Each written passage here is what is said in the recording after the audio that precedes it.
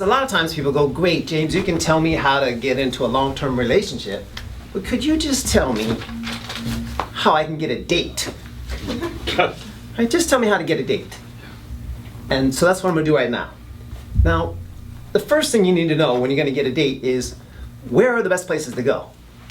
Right? Where are the best places to go? That's a good question. Now, in your guys' experiences, and I'll ask you, where do you think are the best places to go? Any experiences that you've had? Places you've gone? No idea, The right? One Institute. The One Institute, that's a good place. Where have you gone that you like? Places where you are interested in, like your hobbies or... you know. Right. The gym.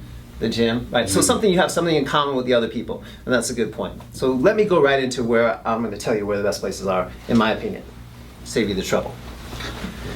First place you want to go is any kind of, like she was saying, with a conference or a workshop, even the time we're spending here, or seminars, retreats, any place where there's a block of time, because that's very important, because usually you don't have any free time. So a place where there's a block of time and you have some common interest. For 3 reasons. When you go there, you want to be with people who are like-minded, like we were saying. So that's a very important part of it. People who are like-minded because you have something to talk about. And then also, when you go places, like if you notice in this situation, we're in a group setting. And we tend to be friendlier in a group setting. If you meet someone on the street, you're far less likely to talk to them. But in a group setting, we're social creatures and we feel more comfortable around people when we're in a social situation. And we also want to fit in. So it makes us feel more comfortable. So we have that. And then, of course, the like-mindedness, if you have a common thing to talk about, that's very valuable. So this is what you want to create when you're going to places. You want to be places where there's like-minded people, there's friendly people, and the biggest thing, and this is what I'm coming forward with, is that you have unstructured time. Like right now, we have pretty much unstructured time. If you look at your day, you're really busy. You're doing this, you're doing that, you're working, and you have no unstructured time. And when you go to a retreat, like a seminar, and you go for a weekend, you got a whole weekend of unstructured time. And it's funny, when you first get here, for example, you meet people and you like them okay. But if you go through an experience with people, and by the end of the last day, you love them. And you think they're amazing. And if you ever go to a retreat like for a week, and it's out of the country, you make really good friends, sometimes lifetime long friends, because you go through an experience together. And this is a very important part of it, is the commonality, the experiences together, and just that you have free time, unstructured time. So keep that in mind when you're going places and look for those kind of places. So that's the first thing.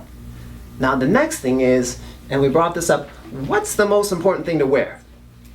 And this is a good question. Like, what do you think, and I'm going to ask you guys now, what do you think are some of the most important things to wear, or what would you wear?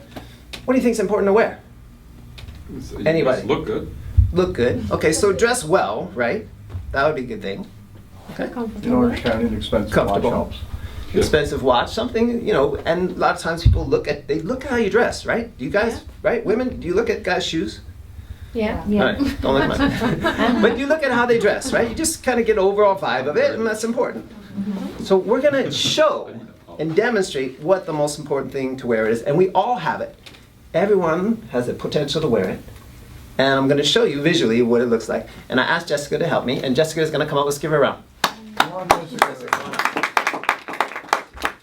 Jessica's going to come up, and she's going to sit right here. And we're going to demonstrate this, and you guys can see how it looks. So here's this thing. Jessica. Hi. Hi. How you doing? Good. Now, Jessica, here's what I want you to do. I want you to look away from me and think about something that bothers you. Something that makes you grumpy, unhappy. And just think about it, and don't look at me. Okay? Okay. Right? And I am now going to approach Jessica. Wish me luck. Good luck. Good luck. Okay? You're gonna need All it. right. And she's not looking at me, she's grumpy. And here I come.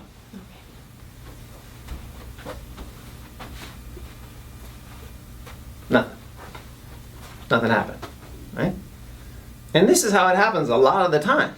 Right? People are distracted, they're thinking about something, they're just not here with you. They're unapproachable, right? So that's what happens.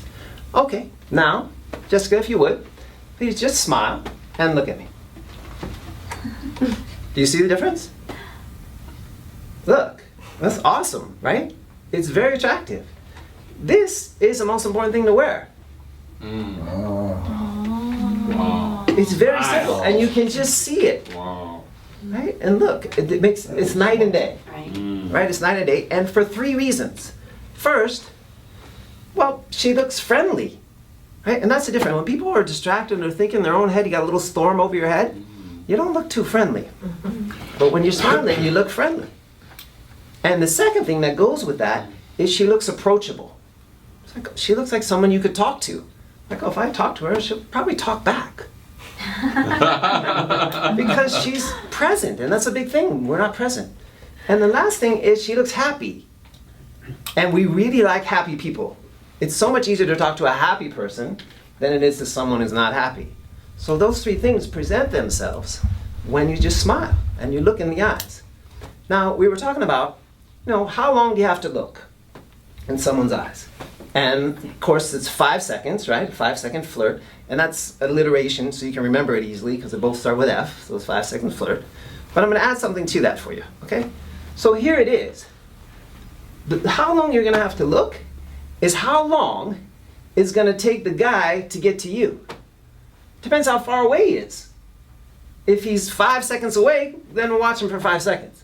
Maybe he's 3 seconds away. Maybe he's 2 seconds away. All you need to do is go ahead, smile, gaze, and hold the gaze until I get there. It might take you 2 seconds. Did you ever have the experience where you see somebody and you just lock eyes? So you lock eyes and you feel the chemistry and you don't know why, but you feel it. And then you just hold the gaze, I don't care how long it takes, till he gets there. If he's farther away, then it takes a little longer, and then he gets there. And when he gets there, and here's the important thing, and here's the thing for the men speak first. So you just hold the gaze, you've got radar, you're locking him in. Radar, zoom!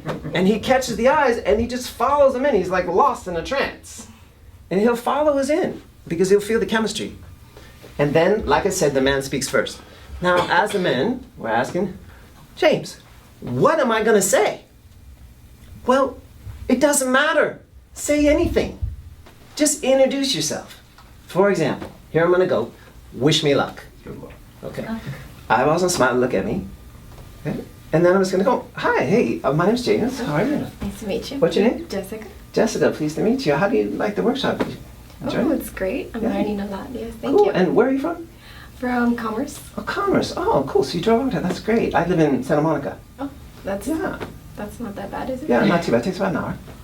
And you see, we're just having a conversation about anything. It doesn't matter. What's important here is you're going to feel if there's chemistry or not. And the beauty of this is that if there's not chemistry, the conversation will just naturally die out. Right? Do you ever have that experience? You talk to the person and it just dies out.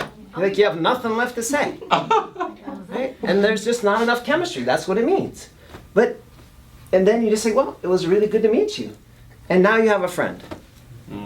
Nothing lost, right? But if you do have chemistry, here's what's going to happen. The conversation is going to continue. And one of my definitions of a relationship is it is a conversation, and write this down, it is a conversation that doesn't end. And all you're going to do is if the conversation keeps going is you're going to agree to keep the conversation going. And what does that mean for a man? All you're going to do is make a plan. If the conversation isn't going, say, oh, it's really nice talking to you. How do you feel about having lunch? We're going to have a lunch break. You want to go over? There's a fish place over here. Ooh, I like fish. See what I'm saying? And you just make a plan so you can keep the conversation going. That's all you're doing. That's all you got to do is come up with a plan that keeps the conversation going. If there's enough chemistry, it'll continue. And that's it. All right, so let's give Jessica a hand. Thank you. Awesome. So the best places to meet people are conferences, workshops, seminars, any kind of retreat, any place where there's a length of time. Okay? Because as we've recognized, even in this small amount of time we begin together, we start to feel comfortable with each other. You feel that? Right? Just because you're around each other. And the next big thing that I want you to think about is unstructured time. If you can get somewhere and you spend a weekend around people, that unstructured time is going to give you a chance to relax and just talk. And then 3, it's commonality. So go somewhere where you have some interests. Like if you have a dog, go to a dog show. Because there's other people with dogs and they like dogs and you talk about dogs. So something that's of common interest to you, whatever it is. Like here we are talking about relationships. We're all interested in that. whatever it is, something that interests you and the other person. So you put those three things together, and that'll be the places you go. And then just remember what to wear. Again, the eyeballs and the smile. And that's for men too. They just look friendly. Right? It's not like you have to be like, oh, baby. But be friendly, like be approachable. And that's really going to help you. It's going to take you a long way. So I want you to try those things out and then let me know how they go.